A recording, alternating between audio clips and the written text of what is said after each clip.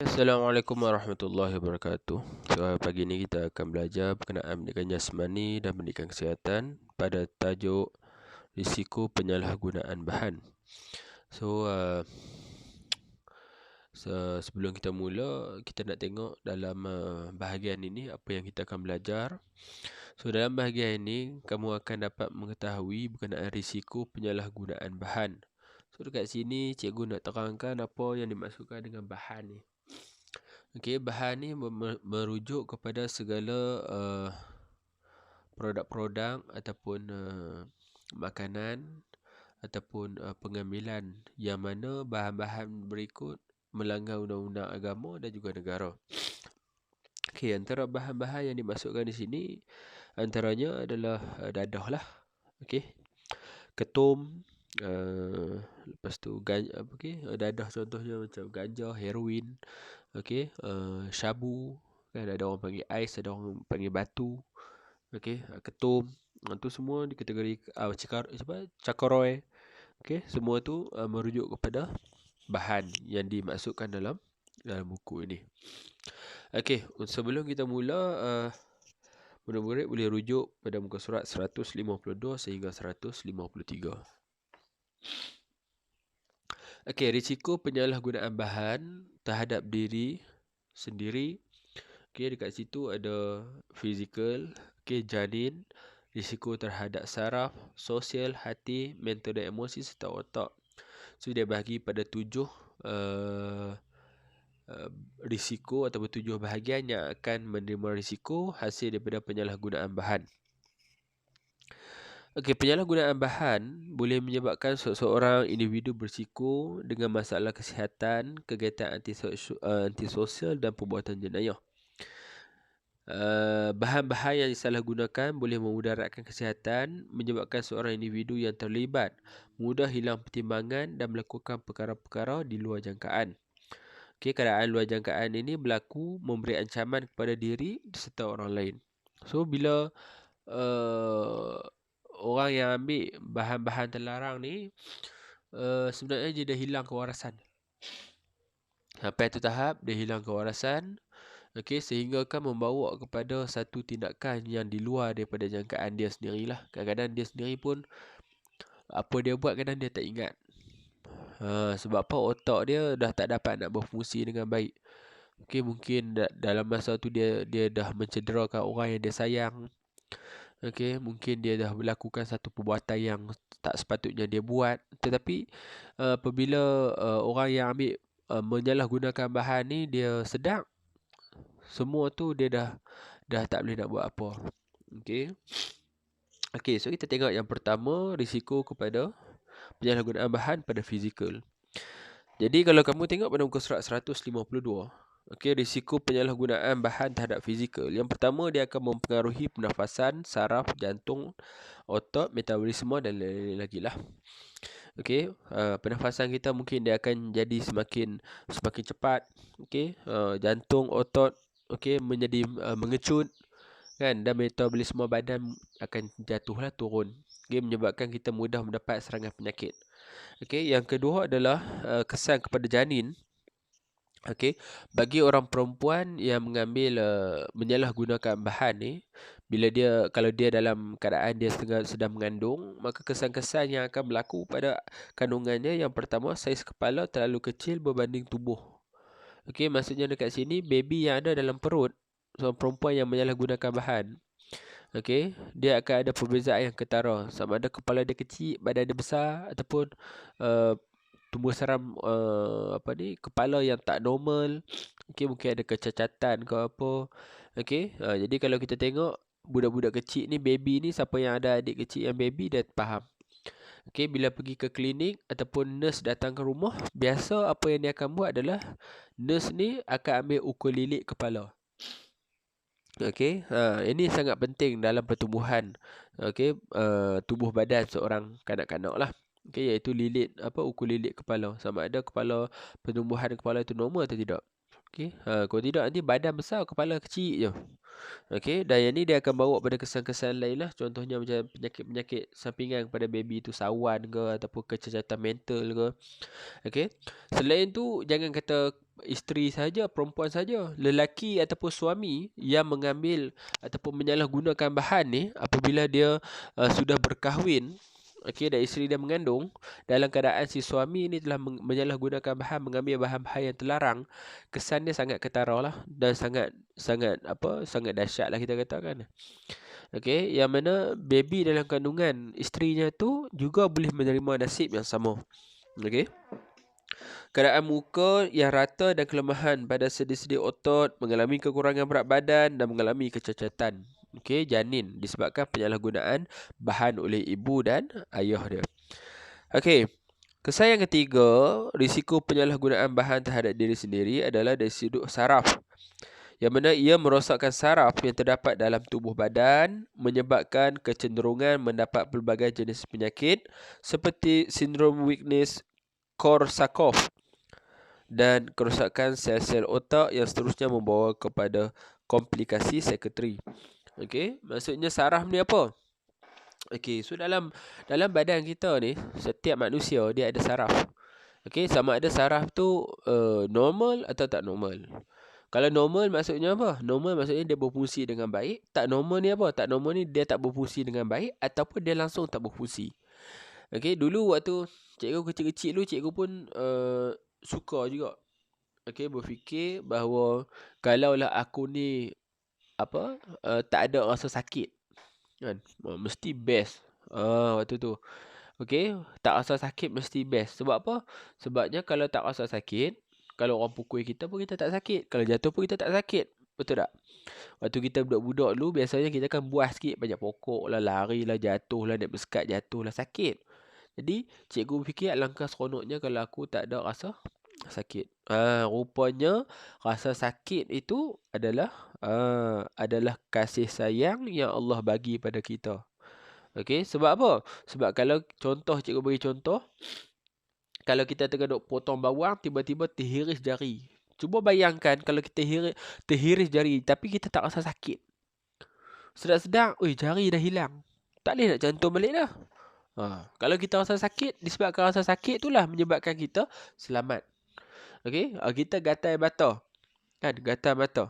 Okey, ataupun kita tengah bawa motor, bawa basikal, tiba-tiba ada kaca ataupun batu ataupun besi terbang, tercucuk biji mata. Kita tak rasa sakit. Kan, sedar-sedar darah je keluar.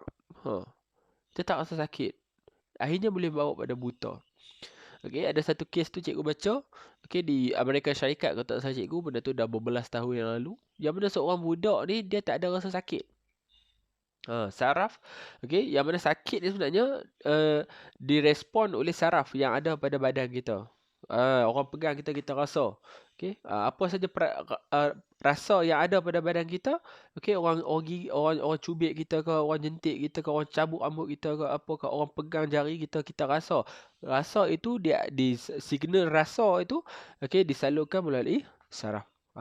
Tu maksud dia. Okey, jadi budak ni dia tak rasa sakit. Dia tak rasa sakit. Sampai kan apa? Dia korek biji mata dia.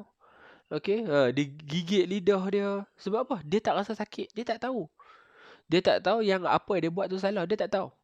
Okey, dia gigit jari dia kudung habis. Sebab apa? Dia gigit, dia makan. Sebab apa? Sebab dia tak rasa sakit. Dia tak rasa sakit. Macam kamu lah, kamu gigit baju kamu. Ada tak kamu rasa sakit? Tak sakit kan? Tak sakit lah. Kamu makan ayam goreng, kamu rasa sakit? Tak sakit. Kalau kamu sakit gigi, kamu makan ayam goreng, sekali gigit pun kamu tak mau dah sebab sakit gigi. Sebab kamu rasa sakit tu. Kalau kamu tak rasa sakit, okey, macam kamu makan baju tu pun boleh kamu telan habis kalau baju tu rasa macam chocolate cheese.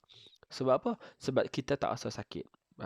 Okey, jadi sakit ni adalah kasih sayang yang Allah bagi pada kita.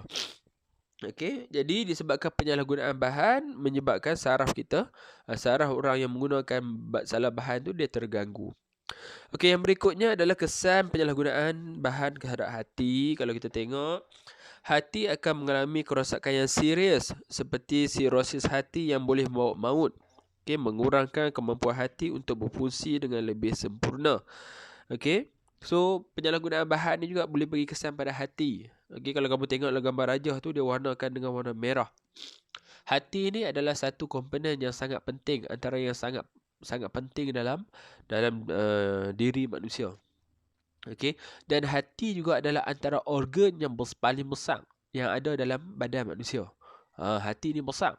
Okey, hati ni dia duduk di antara tulang rusuk. Kalau kamu tulang rusuk dengan perut, dia ada situ, dia ada hati. Kamu nak tahu macam mana hati ni, senang saja. Kamu pernah tak rasa orang tumbuk kamu ke, ataupun kamu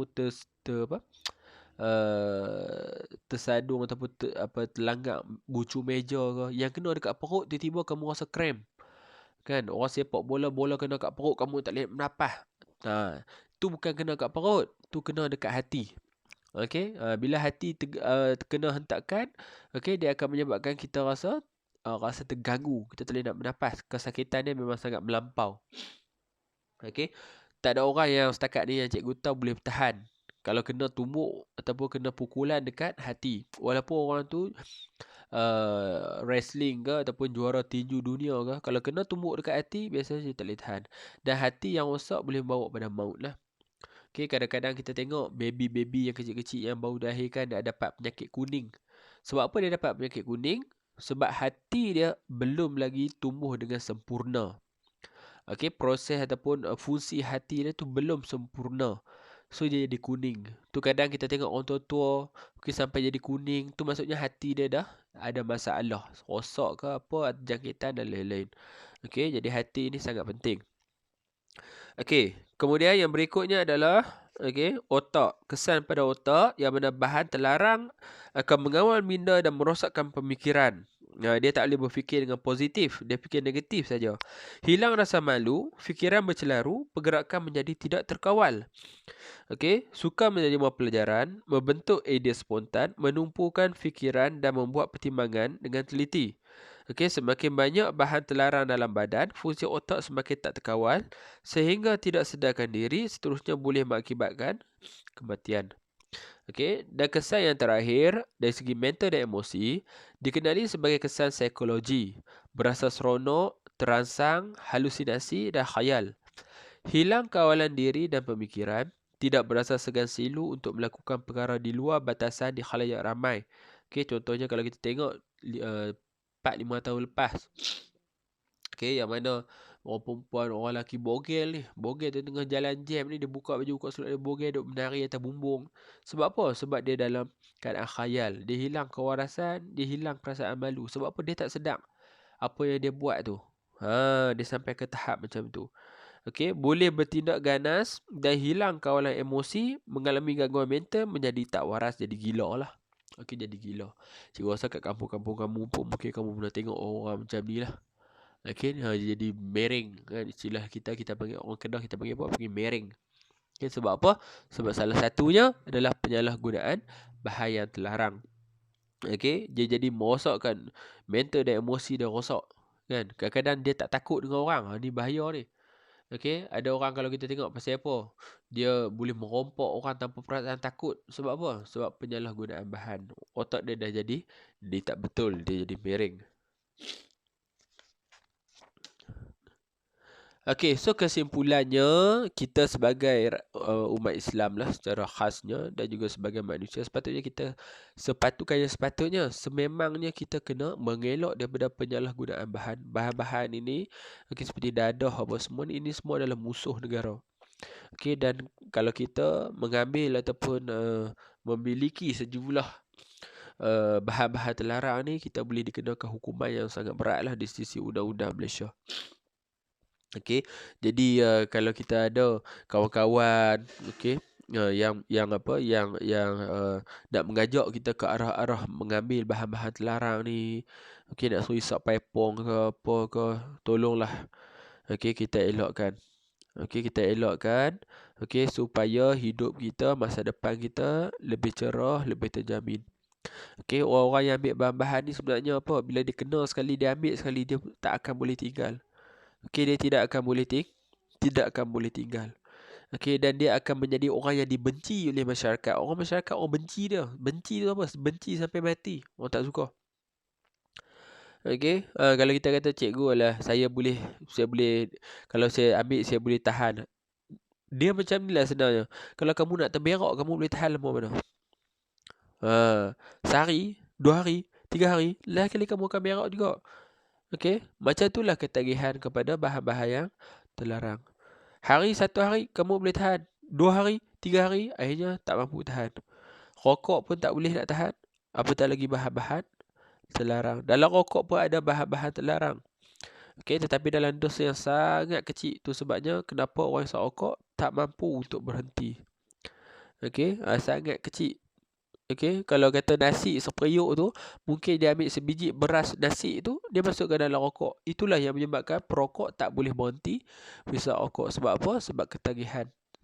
Okey, tapi kalau kamu pakai kalau dalam rokok tu ada seperiuk nasi, kamu bayangkanlah. Okey, betapa teruknya ketagihan yang berlaku. Okey, so setakat ni sahaja pelajaran kita pagi ni. So untuk tugasan, cikgu minta kamu salin nota muka surat 153 hingga 152 dan 153 di dalam buku nota. Kalau ada apa-apa soalan, boleh terus bertanya kepada cikgu. So setakat tu sahaja. Assalamualaikum warahmatullahi wabarakatuh.